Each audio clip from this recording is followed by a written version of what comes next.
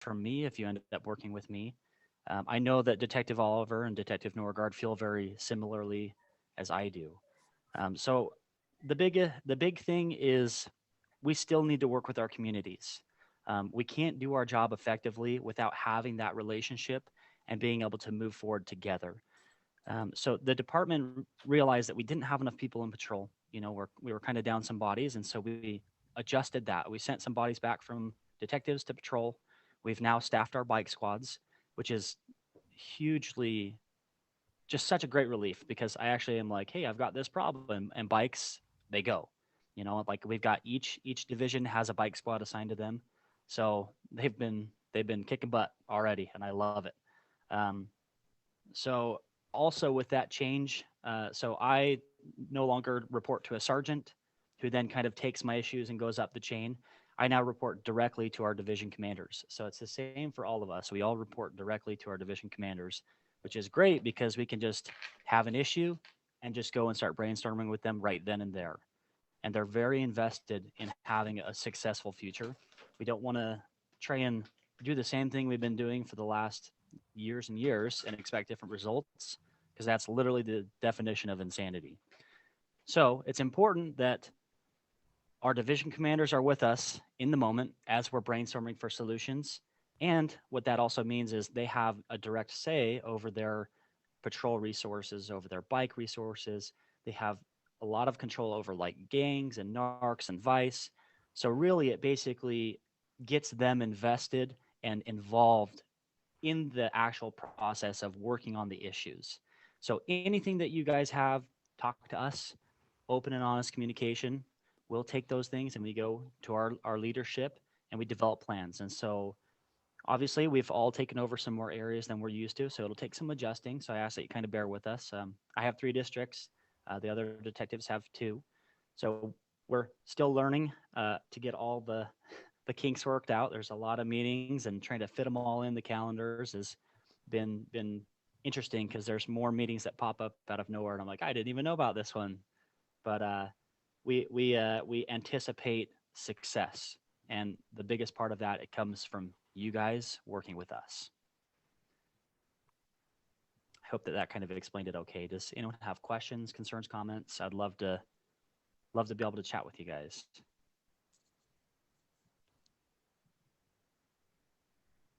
Feel No, free it to can't chip be in this here, easy. everybody. Don't make It this can't so be easy. this easy. Detective? Relating Yes, to policing, enforcement, crime in their neighborhood. Dorothy has a question. Yeah, okay, so could you talk a little bit about what the department is planning for the day before and after the inauguration and the inauguration day? So I don't have access to all the plans for that. However, I do know that our public order squad is being called out. So they're going to be on standby, prepared just in case something happens. I know that at the upper administration level, we've been developing a plan to have our patrol assets ready. And if we need to move our bike resources for additional bodies, we're doing that as well. So the whole entire department has kind of been notified, hey, whether you're off duty or not, you may be needed. So we're all basically kind of all on standby, prepared just in case something happens.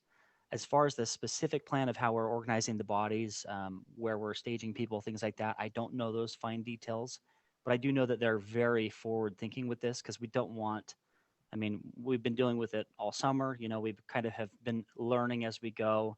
I think that we're going to be fairly prepared for this. I'm not too concerned about it, to be honest. Thank you. Chief Brown has joined us. Welcome, Chief Brown. Thank you for your time. Good morning, Chief. You and Dennis. Detective Meinzer, good to see you. Good to see everybody. Likewise. So Detective Meinzer got us started, gave us a quick rundown on the new DCLO program. If you'd like to jump right in and either pitch in any additional info on that front or speak more to the new crime fighting plan that the PD has announced of late. Okay. No, absolutely. Thank you. And Detective Meinzer, he is the new DCLO for your district. And he is going to do a fantastic job. Right, Nate? Absolutely, Chief. Yeah, no, he's going to do a fantastic job.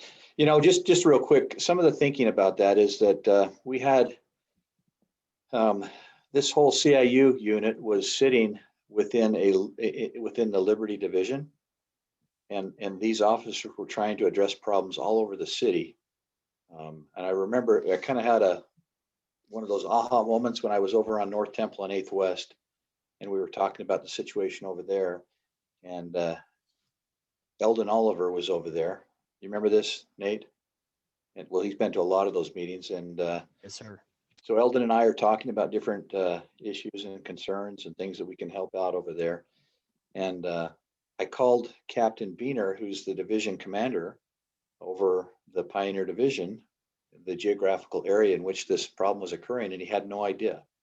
And so it really seemed, it was a little convoluted the way the information was transferring up and through Liberty and then back into different divisions, and then other captains were supposed to have some sort of accountability or a way to address those problems. And it was just it was time to maybe look at it and do it a little different, and then involve not just the officer or the CIU officer, but an entire team of command. And so that's kind of what we did. Is we've gone now with 3 DCLOs. Eldon Oliver is in charge, or is going to coordinate districts 1 and 2. Bob Norgard is going to do 3 and 4.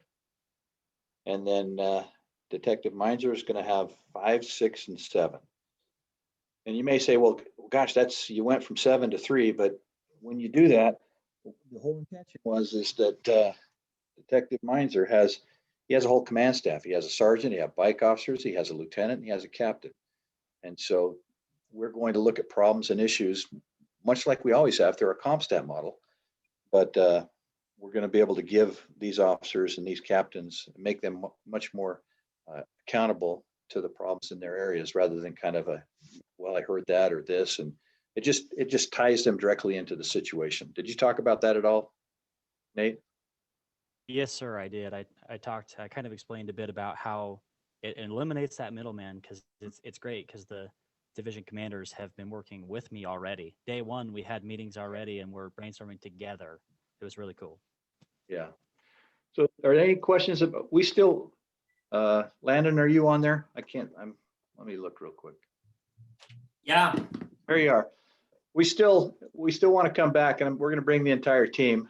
We're going to bring the captain, lieutenant, Detective Meinzer, and the team, and introduce them to everybody. What I'd like to do is make sure everybody has phone numbers, cell numbers, email addresses, and puts a face with a name, and kind of have an introduction, so that when you guys are talking about problems, you can say, well, we need to get a hold of Captain so-and-so, or we need to get a hold of Sergeant so-and-so, and you have those resources at your fingertips that you can call and address with. But Nate is going to be your conduit for almost everything you need, but he's going to bring a team with him. So that's the whole concept behind this. Great. Make sense? Yeah, it's great. Okay, what else we want to talk about? That sounds great, Chief. I hope we're also offering that same meet and greet to every community council here, because we'd certainly love to know who's in the mix. Yeah, I've put together, I have the graphics already put together, and we'll get them out to everybody. But over the next, there's a lot of community councils, what, 26 community councils? Mm-hmm. Thereabouts. So it's going to take us a little bit to get through them, but we plan on coming. Sure. So no, we appreciate that, and definitely distributing the contact information alone is a huge step for us to be able to freely communicate and coordinate. We'll get that out. Okay, what else? Crime reduction plan? Oh, the good stuff. Yeah, let's talk about this for a minute. We historically, and I'm not pointing fingers. I'm just saying the system in which we're trying to work and address crime in our city is difficult right now. If you look at the jail I think has 2,800 beds, but with COVID, they've tried to reduce the number of inmates that they've held to around 900 to 1,000 to protect the inmates, to protect their staff. And so when that occurs, There are jail restrictions. And so on certain days, you can only bring somebody that's committed a Class A misdemeanor or above, like a felony 3 or felony 2. On some days, and this is kind of scary, they'll only take felony 2s, that's a very serious crime, which really puts our officers in a very difficult situation. Many times our officers take people to jail. And there was a case study that I showed in that press conference that showed an individual since April of 2020. So April, May, June, July, August, September, October. In those 8 months, 9 times for very serious crimes. 5 of them, they'd never spent more. 5 of them, they were released the very same day they went to jail, whether through pretrial or because of COVID. They were deemed to not be a risk to the community and put right back out. These were crimes where they are restricted, a restricted individual caught with a handgun. So we're talking second-degree felonies, but the system, with all the different issues, we're putting these people right back on the street. I would talk to the officers and I would hear there's this revolving door at jail, which was really frustrating, but it was really the truth. And so the definition of insanity is doing the same thing over and over and over and expecting different results. And so what we were trying to do is figure out a way that we can go after these apex criminals. And you'll hear John Huber talk about the 7%ers. What he's talking about is there are criminals, about 5 to 8%, 5 to 9%, that studies have shown that those criminals commit 50% of the crime in our communities, which is huge. So if we can go after these habitual apex criminals, and we're talking violent crime and we're talking property crime, doesn't matter. They are habitually a criminal problem, and they're creating crime after crime after crime. If there's a way to go after these individuals and make an arrest, hold them in jail, hold them accountable, that's what we want to do. And so the our federal partners give us that opportunity. In the federal system, if the judge swears out a warrant and it's served upon you, you are remanded to jail. The U.S. Marshals will come and put a hold on you. If there's no room at the jail here in Salt Lake City, they will take you to Tooele or Davis County. They'll take you to another jail, but they will hold you in jail. You don't get out on a pretrial release. And then if you're convicted through the federal system, you will do every day of your sentence in a federal penitentiary. And there are none in Utah. There's no getting out for good behavior. And so it's a much more strict, accountable system. And so what we're trying to do is address crime, and especially the violent crime. And I think I was reading in some of the information that was put out. Jasmine, I think you put it out, but our violent crime in Salt Lake City for 2020 is up 21%. That's alarming. And that's something that we needed to take into it. We need to be accountable to. I mean, it's our job to make sure that your communities are safe. But with all these different issues, when you talk about COVID and what it's doing, when you talk about the bail reform systems and what's occurring, that system's not working for us. And that's why we've gone to this crime reduction plan to look at how we can address these issues in your communities. On the 5-year average, we talk about we have, since 2015, which is kind of the high water mark, we've been on a great trajectory as far as crime in our community. We've reduced it, not only violent crime, but property crimes, except for that blip in 2020. And so with our goals to reduce violent crime and property crime, we hope to get back on that trajectory of reducing crime in all our communities across the city. So I said a lot. What kind of questions do you have? I'd love to be able to field any questions you may have. Chief Brown, there was a question in the chat in regards to ankle monitors for those being released from jail for COVID, and if so, at what crime level are they requiring those, and if they're requiring ankle monitors for pre-trial? You know, Jasmine, that's a good question. And I wish I had the answer. And that's the problem, is sometimes this criminal justice system is made up of so many different wheels that are spinning. And that would be a question for corrections or somebody in county pretrial to find out if they are released, would they be eligible for that ankle monitor? So in the meeting that I spoke at last week at the ballpark, Sheriff Rosie Rivera was there, and we talked about how we can work better together. And so as we put this crime reduction team together of federal partners, Sheriff Rivera said she wanted to be part of that. So we are going to bring her into that, and we'll continually talk. So I don't have that answer unless Detective Meinzer, do you have that answer? Do you know? All I know is from my personal experience and what I've talked to with our patrol guys, I don't believe that that's occurring. I think that that would be a fairly large logistical thing for the jail to have to do. But everyone that we've had that's been released, no one has caught, because like he said, it is a revolving door. We catch the same people. We haven't caught anybody that has ankle monitors based on having COVID and being released.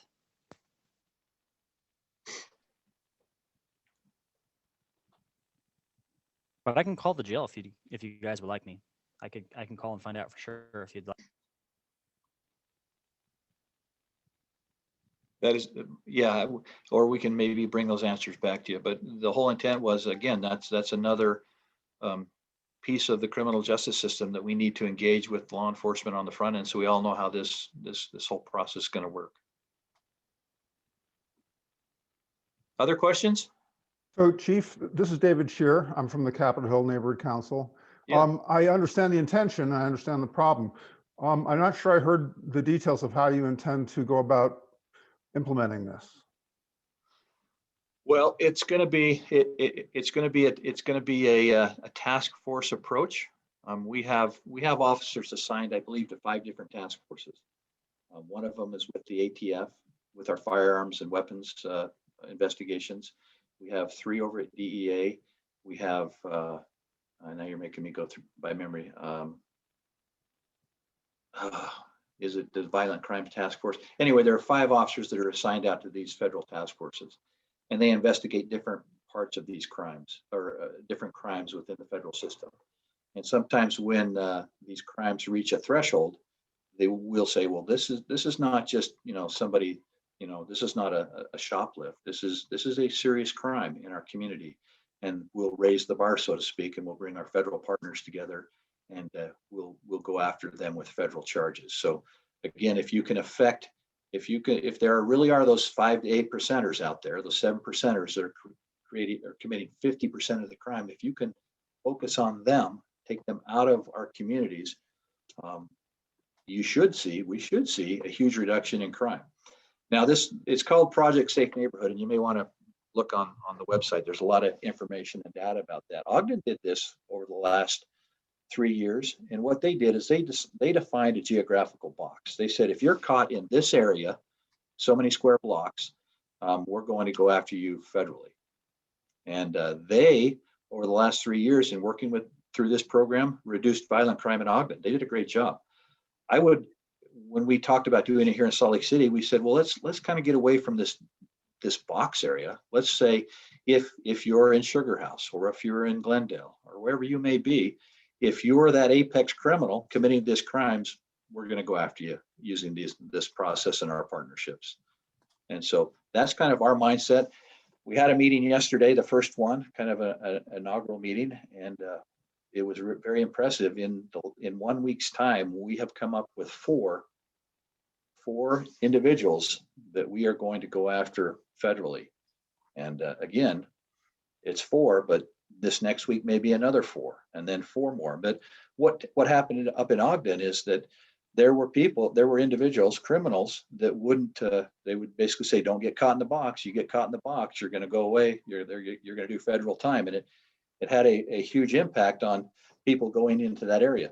What I would like to see is if there are those criminals that are dead set on committing those crimes in our communities, that maybe they'll think twice, thinking, Salt Lake City is just not the place to be if we're going to do this. So either way, I think it's a good team. It's a way to leverage our staffing efforts, and I'm excited. I really am.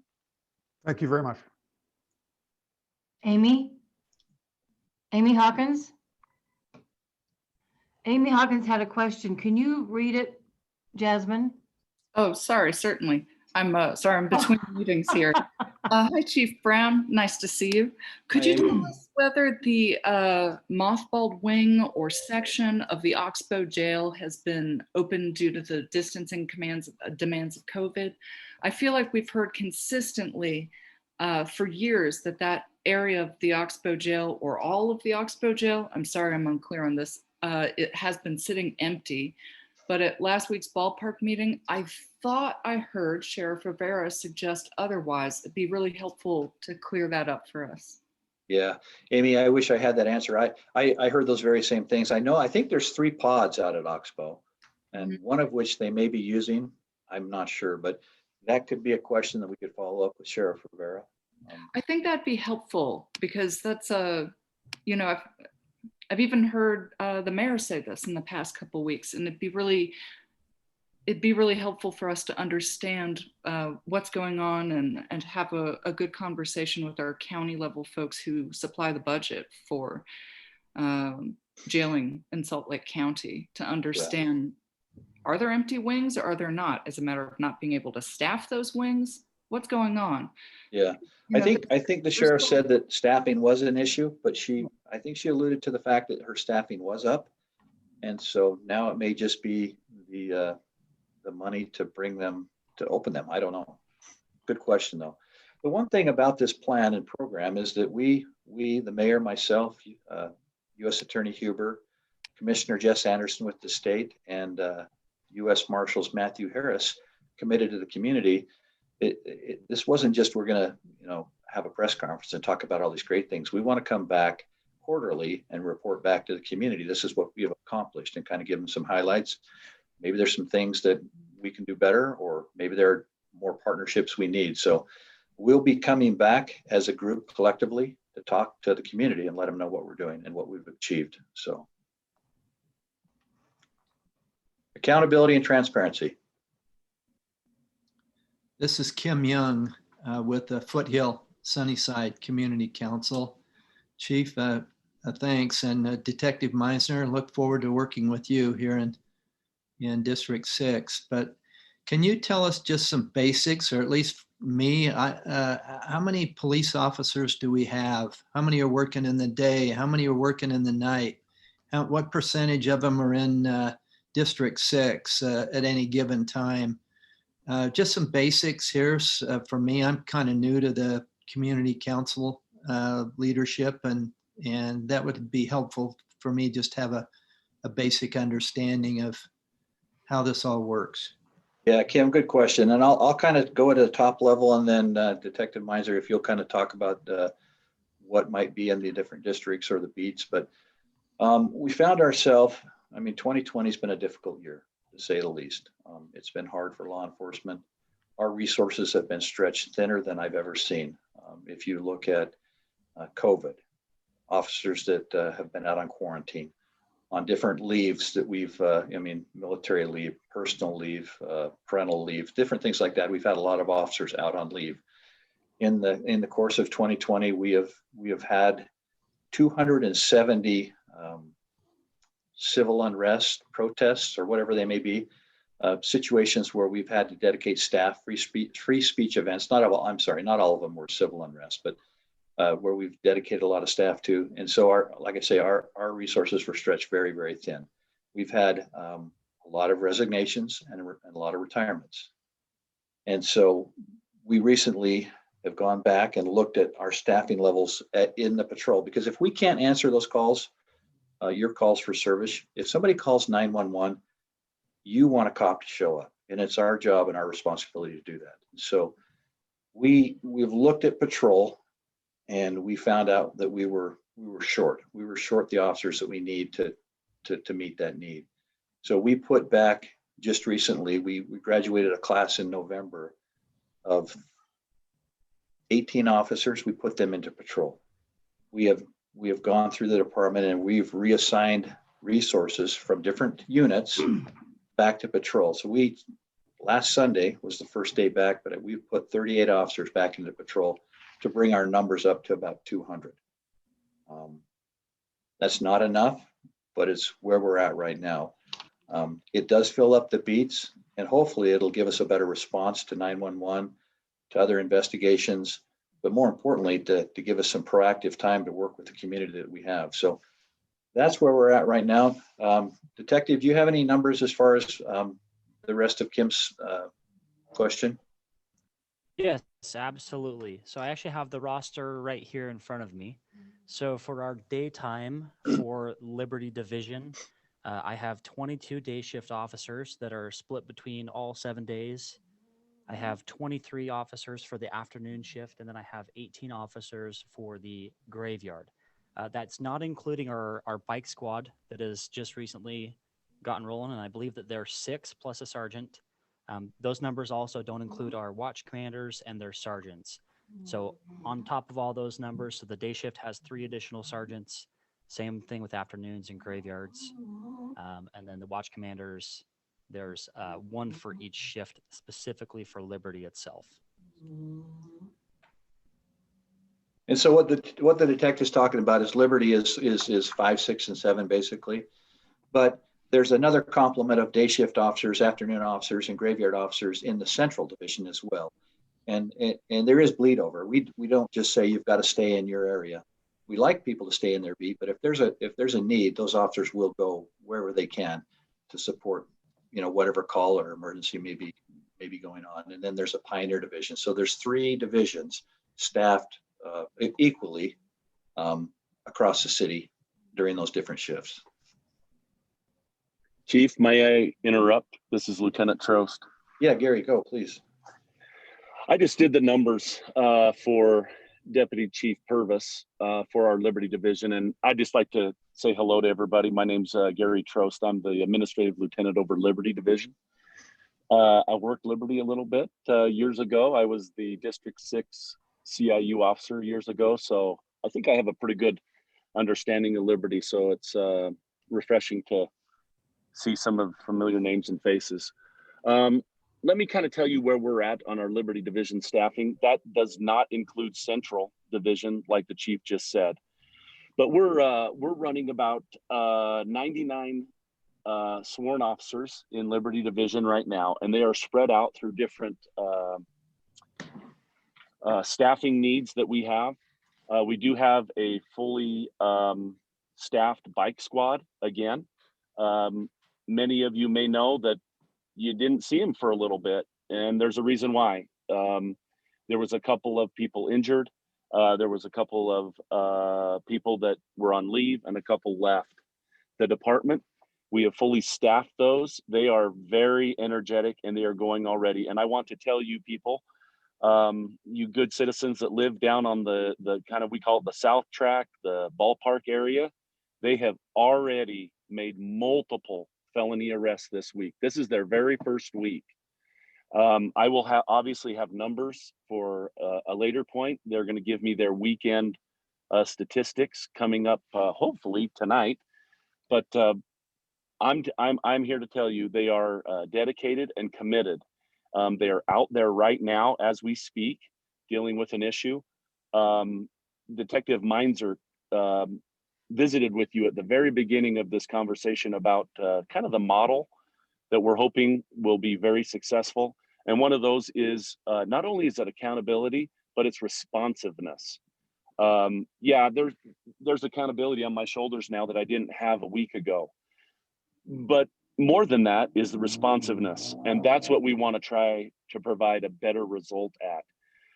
So with that being said, now we feel like with Detective Meinzer, Sergeant Christensen, who is over the bike squad, we can then be much more quick to respond to problem hotspot areas. Now, can we get to every situation in Liberty today? No, it's still a limited resource, but it gives us the opportunity to prioritize, to be able to sit down together, set goals, set commitment challenges, and get after it. And they are already doing that. So the numbers, like I told Deputy Chief Purvis, the numbers can give you a lot of things. I'm a sports guy.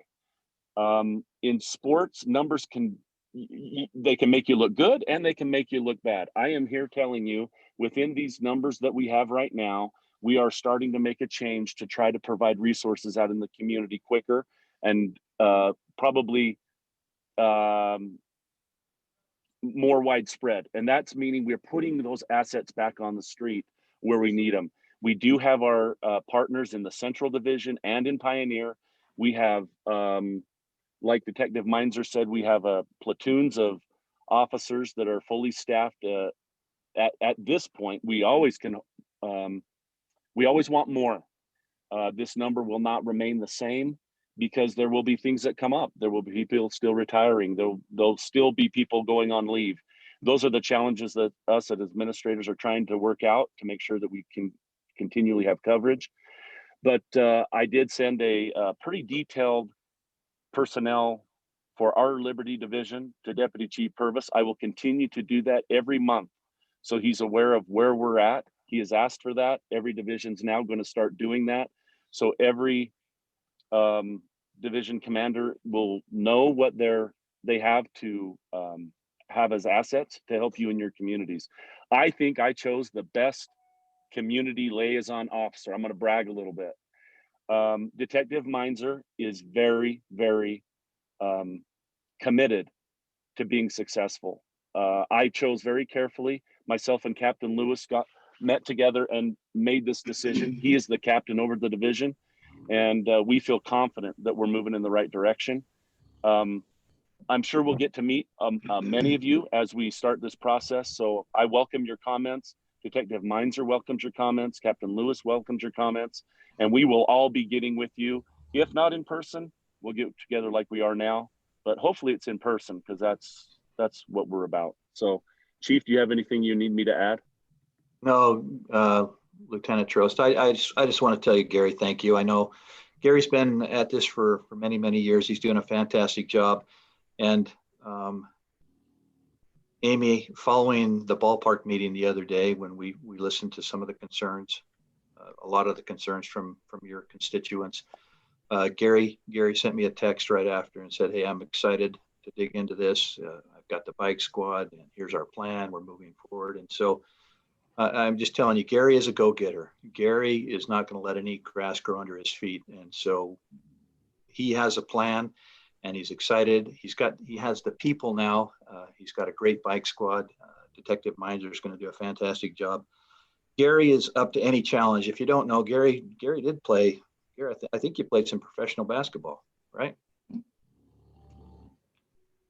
Yeah, I spent about 5 years overseas before getting into this job, so kind of got a late start. So yeah, he's up. He in fact he actually guarded Shaquille O'Neal. So if you ever get a chance, talk to him about that. That's a challenge, but I'll be on PTSD leave now, Chief. Thanks.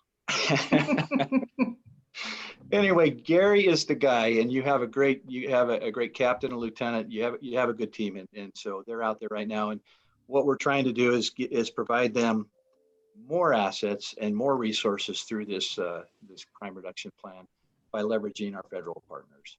So not only do we have the bike squad, and they are fantastic, they can leverage the other bike squads, but we now have federal partners that we can build into this whole thing. So I think everybody should be very excited about where we're going.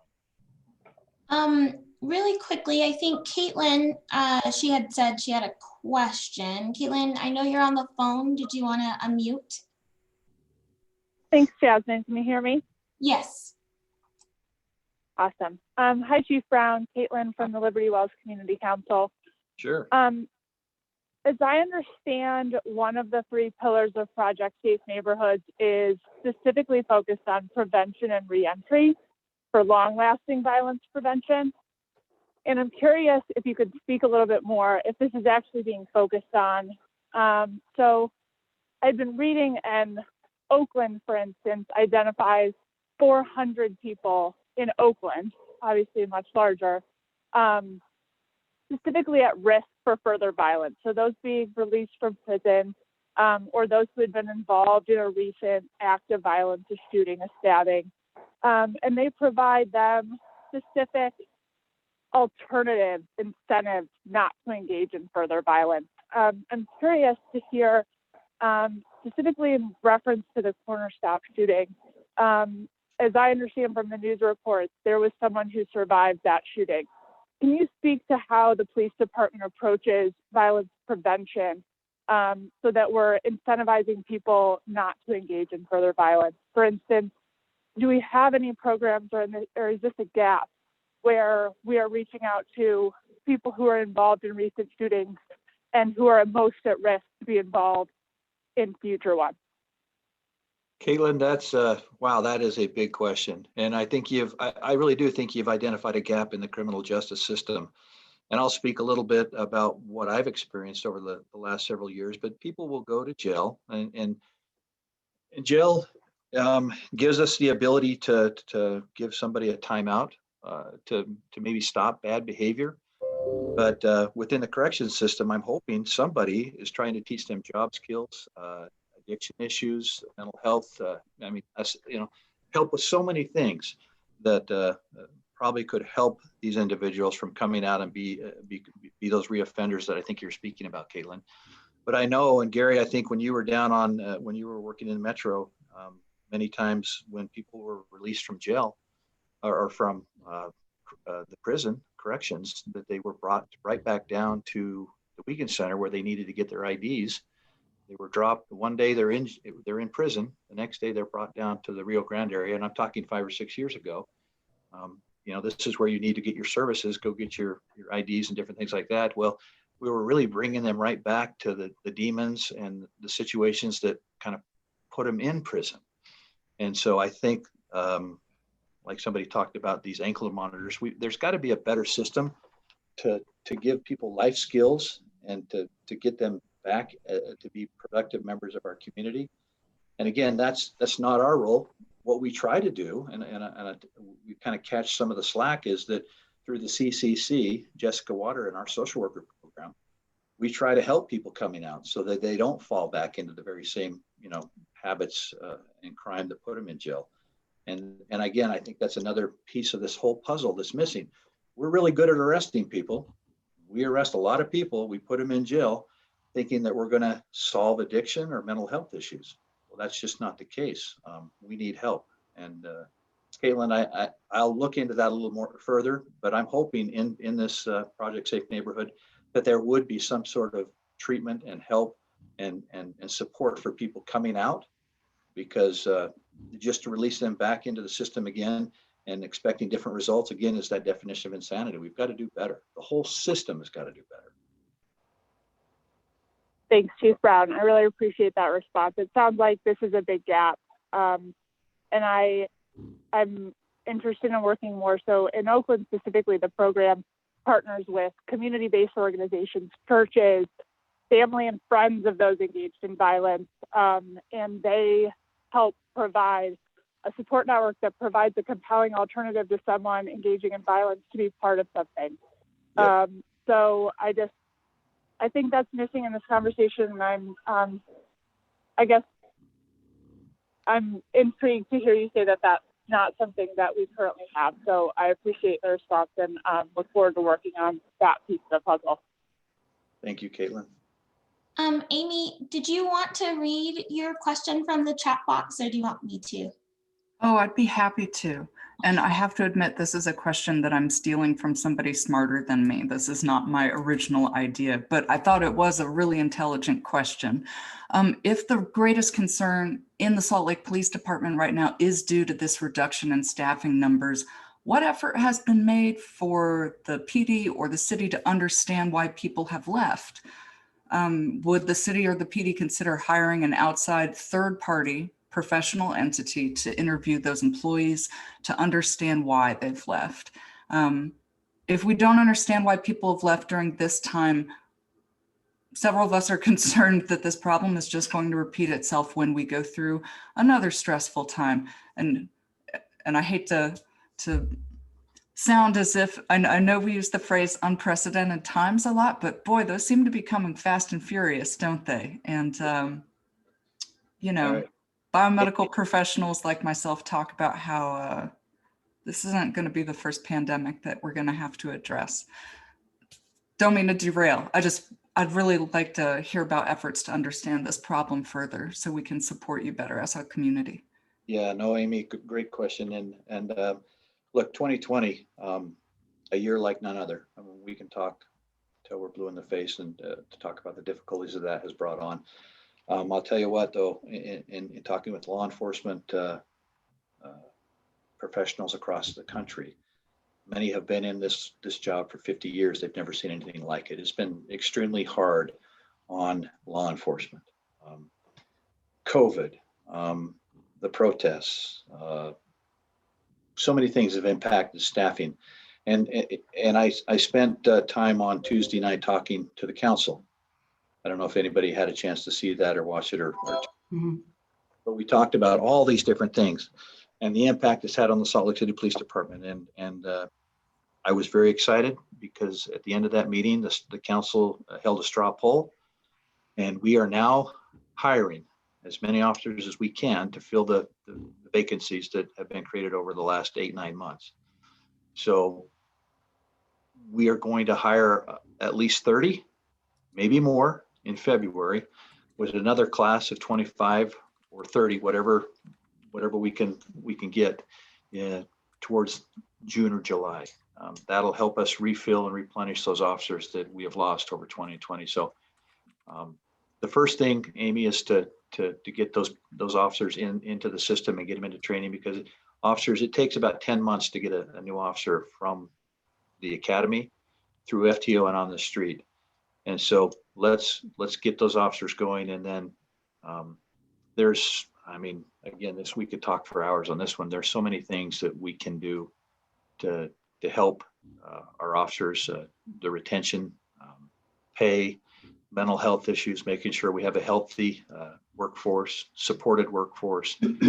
There's just so many things, but the first thing was to get past that hurdle of hiring. And I'm excited to tell you that we did, and we're moving forward at full steam ahead. Thanks, Chief Brown. No, I wasn't able to attend Tuesday's meeting because we actually held our first neighborhood watch in Ballpark that night, led by Detective Greg Wilking, which was really productive. We had 30 people attend, that outside, socially distanced. Dennis was there, he was cold. Weston was there, he was cold. But because Detective Greg Wilking was there, as you know, he's in charge of recruitment. And one of the things that he said is that, recruitment right now is quite challenging. So I think it would be really helpful for us to understand as a city why people left in the data. You know me, Chief Brown, I'm a scientist. I love the data. I think having that data would be so helpful for us to guide our policymakers and advocate for you all about those precise issues you're talking about. Is it pay? Is it mental health support? What are the reasons? I know you understand your staff's concerns, but of the people who left, what's the straw that broke their back? Yeah, I think that'd be so helpful to understand. Yeah, and Amy, I think they do an exit interview, or they have the opportunity with HR. And yeah, I understand that. I think because for reasons of confidentiality, I think that third party interviewing here would be the really important point. There was an article, this is Amy from East Bench. There was an article in the Salt Lake Tribune for subscribers only that talked about some of the answers about why the police were leaving this year. If you want to look that up, maybe I'll find it. Thank you, Amy. I've read it. I really feel like advocating for that third party professional organization to interview exiting officers would be really key here. And again, this isn't my unique idea. I'm borrowing from people who are smarter than me and work in government. But I thought that would be a really interesting point. Not a reporter, not somebody who used to be your coworker, but an independent group, so you wouldn't get in trouble afterwards for stabbing somebody in the back. That seemed really important. Righty. Dennis, you had a question, right? And then I have one other question from somebody else. Did you want to go first, Dennis? Sure. Sorry, I had some dueling devices here. Had a question about the bike squads. Can you elaborate a bit on what we can expect to see in each of the different divisions? How often are bike squads active, during what hours, responding to what types of calls, in what manner? Gary, I'm gonna throw that one to you, Gary. You're the commander. Tell them what you have them do. Sounds great. Just so you know, each division has a bike sergeant and 5 bike officers. They are a non-call responsive entity, which means that we have the ability to use them at our discretion to go to those hotspots, to the areas where we need help. Where you can see them is where we get the information, and that's what helps us solve the problems, is your eyes and ears. I think Detective Meinzer said it well. He says, I only work 40 hours a week. I don't live in your community. That's where we're going to need to have that communication line. And like I said, it's a limited resource, but we are very grateful to have them full staffed, ready to go, and out there throughout each part of 5, 6, and 7. They are not dedicated to one in particular. We just happen to know that we got a lot of work to do. There's a lot of spots that need to be addressed, from large violent crime concerns to those concerns that are a nuisance to your neighborhoods. So we respect all those concerns and wishes and demands. We will get to them. We prioritize them. If you don't know a lot about the bike squad, a lot of the officers that enjoy the bike squad work, it's because they work as a team. And that's how I'm approaching it. I want them to go and be able to come up with action plans to solve problems. Detective Meinzer is going to be also in that loop, because he's going to be a conduit of information to the bike squad. So we communicate regularly as a division to figure out where we need to address immediately, where our long-term plans are going to be, where there's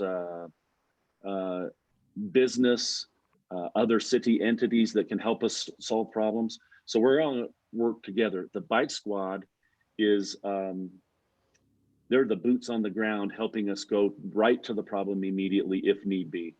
So go ahead and ask more about the bike squad if you if that didn't answer it. But they're a great bunch of guys and gals, by the way.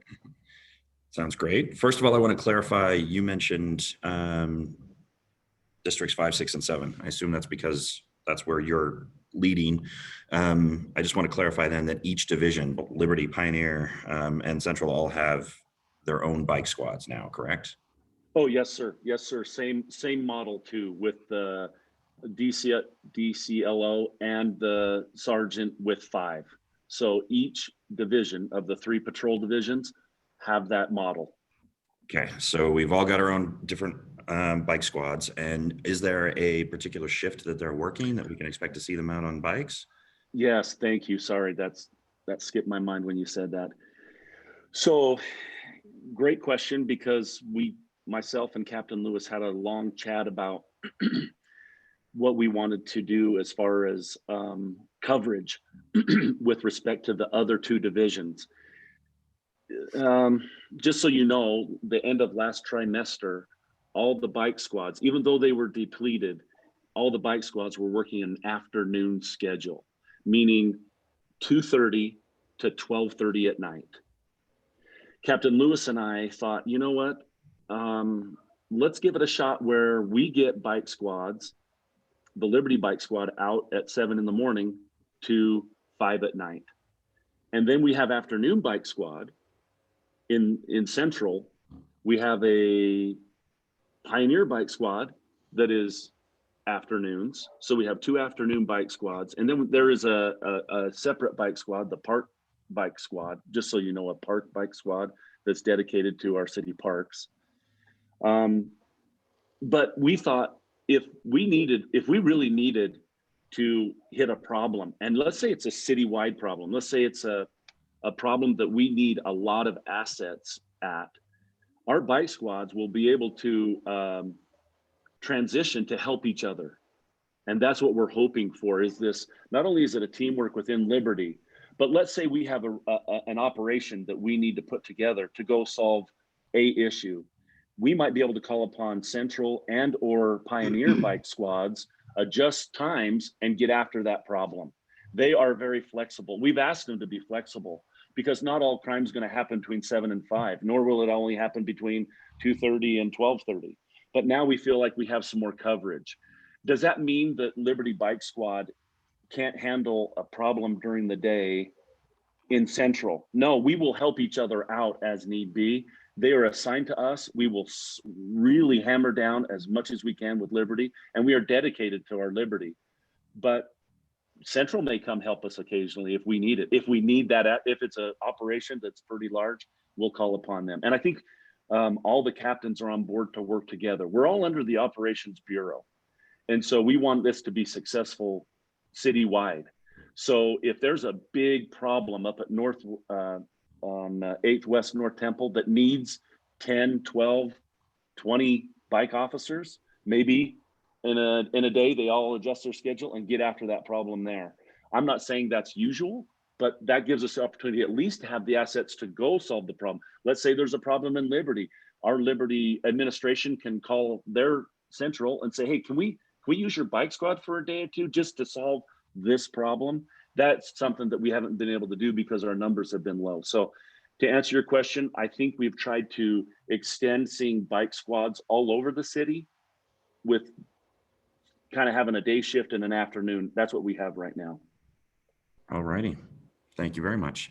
Everyone, we're coming up on the end of our time here. We wanted to keep this short and sweet and respect everyone's time. Is there maybe one more quick question that someone has ready? Yes. There was one in the chat that came in. Chief Brown, could you speak a little to the state prison strategy? The state prison strategies? Yes. Jasmine, I can't. I wish that was part of my wheelhouse, but it's not. Okay. But it's a great question. And I think when we're talking about partnerships, and again, we can have another meeting and we can bring some of these partners together because we really are looking at a system and a system that needs to be tweaked right now. And so I know Commissioner Anderson will bring people to talk about that. I wish I could. But I do know that they've reduced their population for COVID just as much. And a lot of times people don't go home to their families. A lot of people go home, go back to the communities they came from. And some people came from the streets, living on the streets. And so, as you know, we've seen an increase in those that are experiencing homelessness. And again, COVID, let's blame everything on COVID, could be driving a lot of things we're seeing, but we're going to be past COVID soon, I hope. Yesterday's vaccination registration rollout, who knows? Alrighty, did that cover questions in the chat box, Jasmine? I lost the whole chat when I switched to it. Think so. I know Alan had his hand raised for a question. Alan, did you want to ask? Oh, he just asked it in the chat. So he says, I know SLCPD has been doing their best at reaching out to the public. Any thoughts on how to be better? Yeah, I mean, just do more of it. I mean, be more open and more transparent. I know that Mayor Mendenhall, that's one of her foundational principles, is to be open and transparent. I know Weston Clark is on this call. And as we roll out these division community liaison officers and teams, Weston's team is going to be very much involved with what we do, and it's going to be a hand in glove team. So not only are we coming with our bike squads and the officers for each district, Weston and his team will be coming along too, but being open and transparent, going to these meetings and listening is a big part of what we're trying to do. I think this is a great step, having everyone from Chief, Lieutenant Trost, Detective Meinzer all here and ready to speak to us, and offering up to come and meet with all of us and share their contact information so that we can communicate with them directly. I think that's a great step, definitely. All righty. Dennis, would you just point out, thank everyone for coming. We have a lot of new people on the call, that Landon Clark, Dennis Ferris, and Ellen Reddick want to welcome you to Salt Lake Community Network. Jasmine helps us. She's a representative from NeighborWorks, and she does a fabulous job at keeping the three of us organized and headed in the same direction. We really appreciate her talents. We have Weston Clark on and Jamie Stokes from the mayor's office that we appreciate, that help us and are very responsive. So I would really like to thank everybody for taking the time to come. And if you would please go to Facebook, Salt Lake Community Network, post things, read the posts that are there, and let's get some good dialogue going. Thanks. Absolutely. Thank you, Ellen. I do think we brought up a couple of good points in asking questions about the county jail, the state prison. There are, contrary to some popular belief, there are more people, more organizations, governmental entities that are responsible for things in our community than just the city. It's not all the mayor's fault. So let's broaden our spectrum too. Let's think about who else we need to engage with to get responses to whatever the issue may be. So on that note, we are always looking for any other concerns, questions, topics, whatever it is that, since we are an organization, a community of communities bringing together everyone from across the entire city, what do we need to look into? What's another topic for this type of meeting that we can address? So please feel free to reach out and let us know. You can certainly easily respond to Jasmine's email, which was the invite to this meeting, or call me directly, call, text, whatever. Jasmine's throwing her email in the chat box. And then also my number, if anybody wants to take it, 801-699-1381. I'll try and type and think about my next words at the same time. Now that we have actually technically gotten through 2020, but it sure seems to me like the carnage of 2020 doesn't seem to want to let go. Let's hope for a better rest of the 11 months of 2021. So yeah, thank you very much, everybody, for coming out. Any final comments? And Have a great day. Thank you. Appreciate it. absolutely. Thank you much. Thank you much, everybody. We'll see you next month.